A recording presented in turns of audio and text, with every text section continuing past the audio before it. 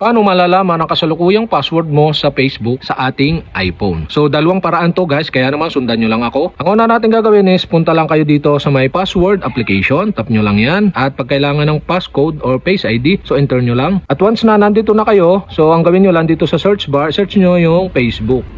Yan, ito siya guys. Tap nyo lang at dito makikita na ninyo yung username and password. So tap nyo yung password para makita nyo yung pinakang password ng inyong Facebook. Yan, tapos meron ditong copy password na button. I-copy nyo lang at i-paste nyo do sa Facebook na ilalagin nyo. So ikalawa, so dito naman tayo sa may Chrome. Tap nyo yung Chrome, punta kayo dito sa 3 dot sa may kanang babang bahagi. Tap nyo yung 3 dot at dito sa may pop-up sa menu, hanapin nyo yung password manager. Yung may key icon dito, tap nyo lang. At kapag kailangan ulit ng Face ID and passcode, enter nyo lang. At dito sa password manager, makikita na ninyo yung mga nakasave na password. Yan, ito siya sa baba, alphabetically siya, kaya scroll down nyo lang para mapunta kayo dito sa Facebook. Yan, ito yung Facebook natin. Tap nyo lang yung Facebook at mayroon ako ditong 4 na password na nakasave. So, hanapin nyo lang yung ilalagin nyo. So, sample natin itong isa. So, makita nyo dito yung username and password. Para makita yung password nito, tap nyo lang yung eye icon dito sa may kanan at yan, makikita na ninyo yung password. Copy nyo lang at i-paste nyo do sa Facebook login nyo.